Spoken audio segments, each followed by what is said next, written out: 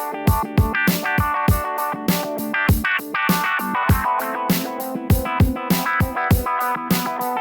it. Build it.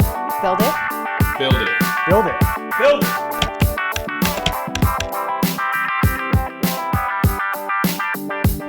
Hey, Launch NoCo, we're here with another Entrepreneur Spotlight. Today I'm sitting with Vortic Watches, and I'm super excited. These guys are amazing. They moved here just over 4 months ago collectively to start this business. We met them about 3 months ago, and they're off like a rocket ship.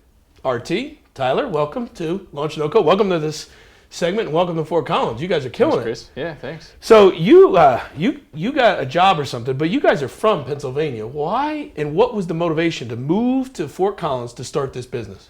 Yeah, Chris, so I actually came out here for work a little bit earlier, and as part of my job, I got to explore the area a little bit, started really enjoying myself, invited Tyler to come out and see the area.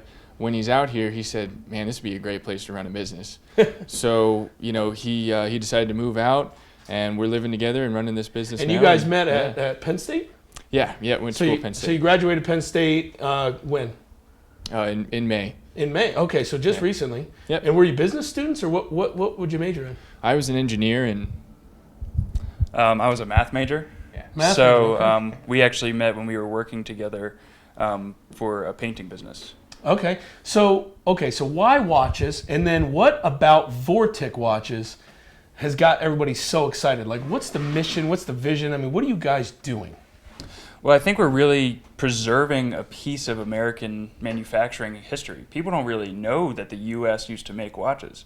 When you think watch, you think Swiss. Right. But truly, America has a rich history of watchmaking, and we really think we bring a very authentic message. We try and make almost everything in the U.S. The watches were made by hand in the U.S. We hand make all of our leather bands right here in northern Colorado.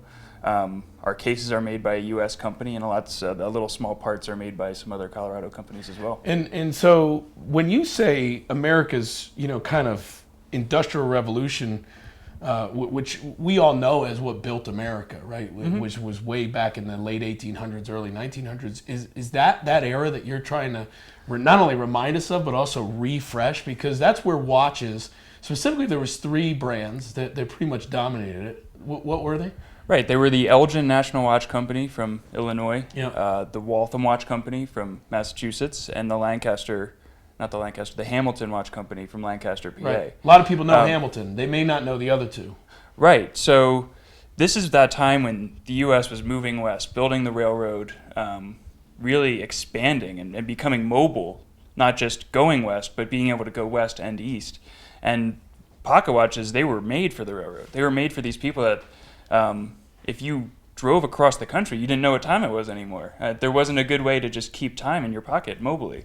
So, well, now there's no way to not keep track of everything in your life. So what's interesting is in the era of everyone talking about auto-driving cars and smartwatches, you guys sold out 4 times your Kickstarter goal. Yes, sir.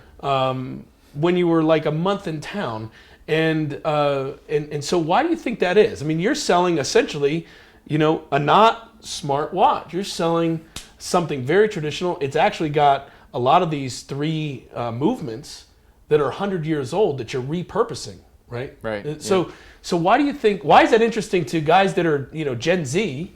I mean, aren't you the tech, the digital native? Like, why? That's what's fascinating to me is that you guys are doing something that is so grounded, and yet you're not supposed to be, right? You're supposed to be the ones who are like telling us how to work which screen we're on.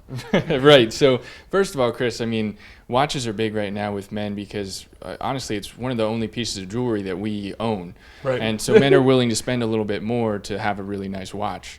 And so we hit on a lot of really hot topics like American made and made by hand, and really this kind of historical, aspect that, a lot of people love right now, going back to the history of America and really getting back to our roots and building things right here in Colorado. And so, that's what we wrote on. I think a lot of people would admit that, in some ways, without wanting to sound negative or skeptical, that they think America's kind of lost its way.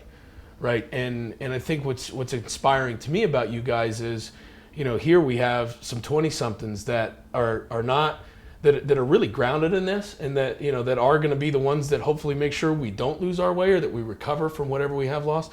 So I think it's a really poetic kind of business. And again, why? So other than moving here, so you said, I love it here, let's go build the business here. I mean, that's a big decision. You ripped up your whatever network you had. You didn't really know anybody out here except for each other, right? Mm-hmm. How did you get this thing going? I mean, how did you go from 0 to 4 months later, raising around, selling out a Kickstarter campaign, and now being the talk of the town? So, I mean, right away in Fort Collins, we were very, very welcomed. Everybody's so nice. It seems like people just want to connect you with everybody that they know. As soon as they see some kind of connection, they have 5 names for you that you got to meet this guy, including yourself.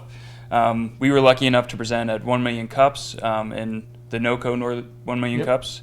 And got a great reception, ton of good feedback that really kind of told us that we can do it. You sold some watches without even trying. Right. Yeah. So we presented it as far south as Denver, and you got an investor out of it. Yeah, and we're in at the Innisphere now, the Rocky Mountain Innisphere, and we've been able to meet a bunch of guys in there. They're willing to knock on the door and say, hey, I like this, hey, I don't like that, I think you can do this, or I can help you with this, and it's just been kind of a community that we didn't even really have in Pennsylvania. Yeah, well, I think one of the things that you guys have brought to the Launch NoCo community, and specifically the Fort Collins ecosystem, is an energized startup that is tangible. It really makes sense. Sure, you're selling a tangible product, but the reality is that the revenue model, the pricing model, the cost model, the quality of craftsmanship, you're speaking to things that a lot of startups don't. Right, they want to, but they don't necessarily have it, and so I think that's why you've been received warmly, and I think more of the same is going to happen, because I know this community, and I know what this community does is when they see something that's going somewhere fast, they all throw gas on it. And so again, it's great to have you in town, and anything that we can do at Launch NoCo, anything, well, let's keep doing it, right, and let's keep building this thing. It's great. Thanks for coming.